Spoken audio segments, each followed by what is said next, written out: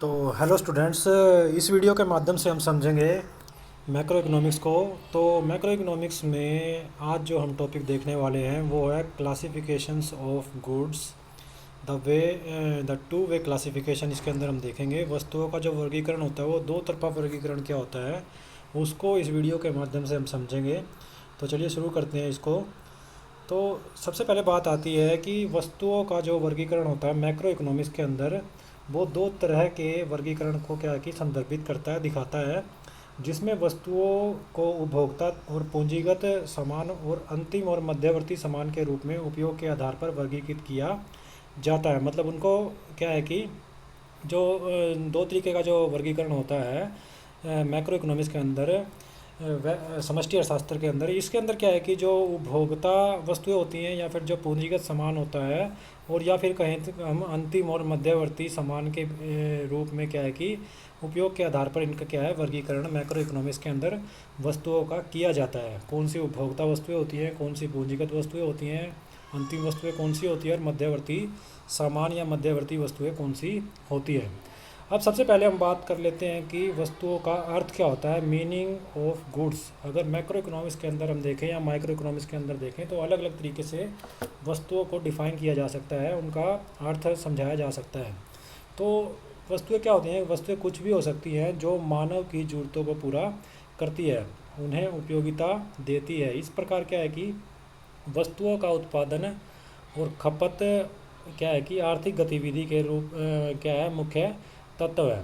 बाजार में बच्चों के जो खिलौने हैं, वयस्कों के लिए वीडियो गेम, स्कूली बच्चों के लिए वर्दी, किसानों के लिए मशीन उपकरण, पर्यटकों के लिए परिवहन के साधन जैसे कई प्रकार के सामान उपलब्ध हैं।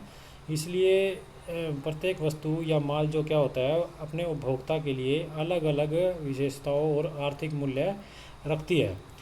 उसके साथ क्या है कि इसलिए इनकी जो ये विशेषताएं हैं वो आर्थिक मूल्यों के अनुसार मैक्रो इकोनॉमिक्स में सामानों या फिर वस्तुओं को वर्गीकरण करने के लिए दो तरफा वर्गीकरण का इसके अंदर क्या है कि उपयोग किया जाता है। तो वस्तुएं क्या है कि किसी भी प्रकार की हो सकती हैं जिसमें क्या है जो क्या है कि मानवीय ज़रूरतों को किसी तरीके से क्या है पूरा करती है।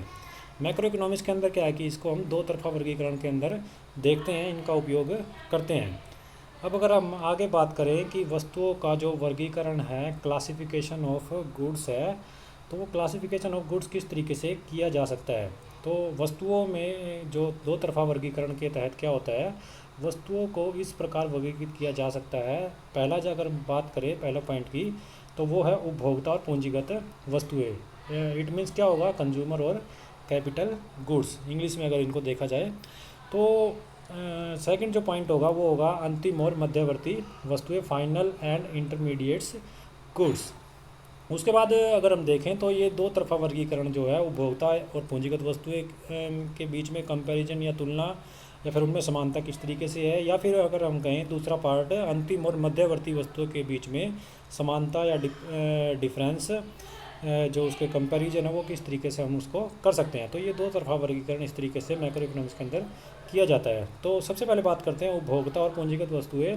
तो इनके वर्गीकरण में क्या शामिल होते हैं, सबसे पहले बात करेंगे हम उपभोक्ता वस्तुओं की, कंज्यूमर गुड्स की। तो ये वे वस्तुएं होती है जिनका उपयोग उपभोक्ता सीधे अपनी आवश्यकताओं की पूर्ति के लिए, उपयोगिता प्राप्त करने के लिए करते हैं। साथ ही इन सामानों का उपयोग आगे के उत्पादन के लिए नहीं किया जाता है। उदाहरण के लिए कपड़े, स्टेशनरी वस्तु, भोजन आदि उपभोक्ता क्या है वस्तुएं हैं, क्योंकि इनका उपयोग उपभोक्ता द्वारा सीधे अंतिम उपभोग के लिए किया जाता है। फाइनल गुड्स भी इनको क्या है कि बोल सकते हैं हम, क्योंकि उपभोक्ता सीधा इनका क्या करता है उपभोग करता है, अंतिम वस्तुएं मान के इनका उपभोग वो करता है। इस प्रकार इन्हें उपभोग वस्तुओं के रूप में भी जाना जाता है। दूसरे शब्दों में उपभोक्ता या उपभोग की वस्तुएं अंतिम उपयोगकर्ता यानी उपभोक्ताओं द्वारा अंतिम उपभोग के लिए क्या है कि प्रयोग की जाती है। उसके बाद अगर हम बात करें तो उपभोक्ता जो वस्तुएं हैं, उपभोक्ता वस्तुओं को किस प्रकार से वर्गीकृत किया जा सकता है, बांटा जा सकता है। तो सबसे पहले बात आती है टिकाऊ उपभोक्ता वस्तुएं। पहला पार्ट अगर हम लें तो टिकाऊ उपभोक्ता वस्तुएं, ड्यूरेबल कंज्यूमर गुड्स, वे वस्तुएं जिनका उपयोग लंबे समय तक किया जाता है और जिनका मूल्य अधिक होता है, टिकाऊ उपभोक्ता वस्तुएं कहलाती हैं। यहाँ समय की एक लंबी अवधि में कई वर्षों का समय शामिल है। इसके अलावा इन सामानों को बार बार क्या है कि प्रयोग किया जा सकता है जब तक कि इन्हें त्याग या अप्रचलित नहीं माना जाता। उदाहरण के लिए स्कूटर हो गया, कार हो गई, वॉशिंग मशीन, पंखे, टेलीविज़न, एयर कंडीशनर इत्यादि। ये क्या है, हमारी टिकाऊ उपभोक्ता ड्यूरेबल कंज्यूमर गुड्स हैं। उसके बाद अर्ध टिकाऊ उपभोक्ता वस्तुएं, जिनको बोला जाता है सेमी ड्यूरेबल कंज्यूमर गुड्स। तो वो कौन सी होती है? जिन वस्तुओं का उपयोग कम समय के लिए किया जाता है, जिनका मूल्य क्या है कि बहुत अधिक नहीं होता है, उन्हें अर्ध टिकाऊ सामान के रूप में जाना जाता है। यहाँ छोटी अवधि में क्या है कि एक वर्ष या उससे थोड़ा अधिक की अवधि के शामिल वस्तुओं को इसके अंदर किया जाता है। उदाहरण के लिए क्या है कि सौंदर्य प्रसाधन, कपड़े, जूते, दवा, प्लास्टिक के जो सामान होते हैं वो क्या है कि अर्ध टिकाऊ उपभोक्ता वस्तुओं के अंदर, सेमी ड्यूरेबल कंज्यूमर गुड्स के अंदर शामिल किए जाते हैं। उसके बाद बात करें हम गैर टिकाऊ उपभोक्ता वस्तुएं, नॉन ड्यूरेबल गुड्स की। तो इसमें क्या है कि जिन वस्तुओं का उपयोग केवल एक समय के लिए किया जाता है उन्हें गैर टिकाऊ उपभोक्ता वस्तुएं कहा जाता है या उनके रूप में उसको जाना जाता है। इसलिए इन वस्तुओं का एकल उपयोग उपभोक्ता सामान के रूप में किया जाता है। साथ ही इन सामानों का मूल्य अपेक्षाकृत कम होता है। उदाहरण के लिए भोजन, कपड़े धोने का जो डिटर्जेंट होता है, पेट्रोल, घरेलू एलपीजी, कागज़ उत्पाद या फिर पेय पदार्थ, ये सभी क्या है, नॉन ड्यूरेबल गुड्स हैं। गैर उपभोक्ता, गैर टिकाऊ वस्तुएं, इनको क्या है कि गैर टिकाऊ उपभोक्ता वस्तुएं इनको बोला जाता है, नॉन ड्यूरेबल गुड्स इनको बोला जाता है। उसके बाद एक और जो पार्ट आता है इसके अंदर वो होती है सर्विसेज, सेवाएं। तो ये जो सेवाएं होती हैं ये गैर भौतिक सामान होते हैं जो मानवीय ज़रूरतों को पूरा करते हैं। उसके बाद क्या है कि इसमें उपयोगिता प्रदान, साथ में क्या है कि ये उपयोगिता प्रदान करते हैं उपभोक्ता को। उदाहरण के लिए क्या है कि वकील, डॉक्टर, शिक्षक, घरेलू नौकर आदि की जो सेवाएं ली जाती हैं वो इसके अंदर शामिल की जाती हैं। तो ये भी क्या है कि उपभोक्ता वस्तुएं और सेवाओं के अंदर क्या है कि इसको शामिल किया जाएगा। उसके बाद बात आती है पूंजीगत वस्तुओं की, जिसकी तुलना हमने उपभोक्ता वस्तुओं के साथ करनी है, देखनी है। दो तरफा वर्गीकरण जो हम पढ़ रहे हैं इसके अंदर।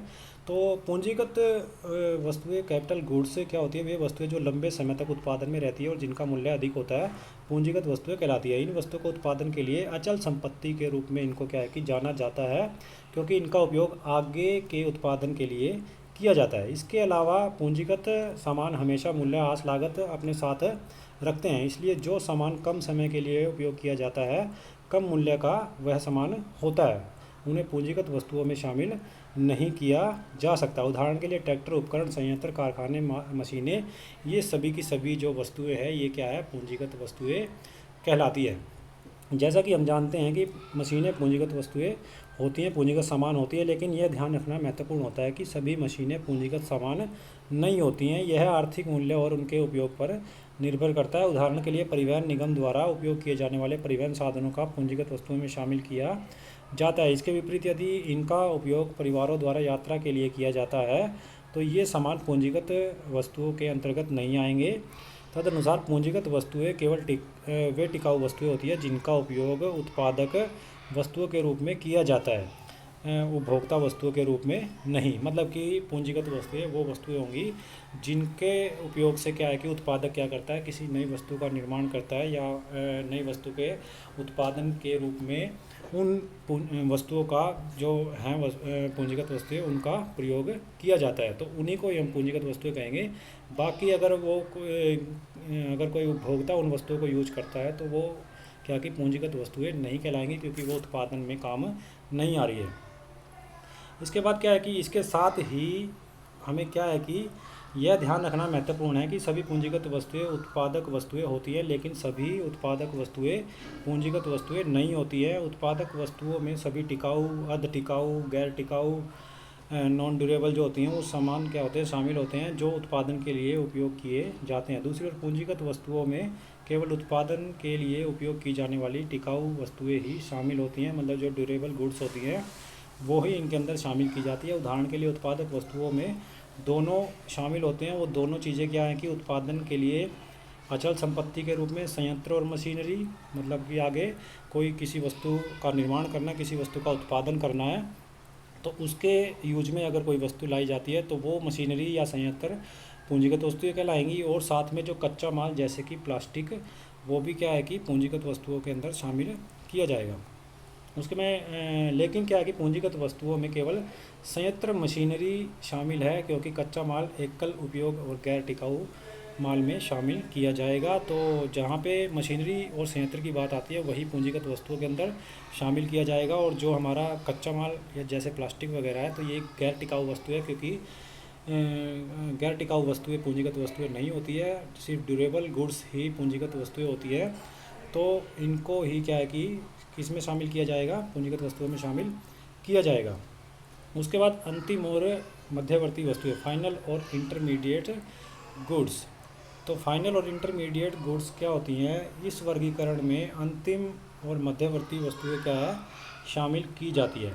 तो इसमें अंतिम वस्तुएं फाइनल गुड्स कौन सी होती है, ये वे सामान होते हैं जो अंततः उत्पादित होते हैं और अंतिम उपयोगकर्ता द्वारा उपयोग के लिए तैयार होते हैं। यहाँ अंतिम उपयोगकर्ता निर्माता उपभोक्ता हो सकता है, इसलिए अंतिम वस्तुओं का वर्गीकरण इस प्रकार किया जा सकता है। नंबर 1, अंतिम उपभोक्ता वस्तुएं जिन्हें फाइनल कंज्यूमर गुड्स भी कहा जाता है, और अंतिम उत्पादक वस्तुएं जिन्हें फाइनल प्रोड्यूसर गुड्स भी कहा जाता है।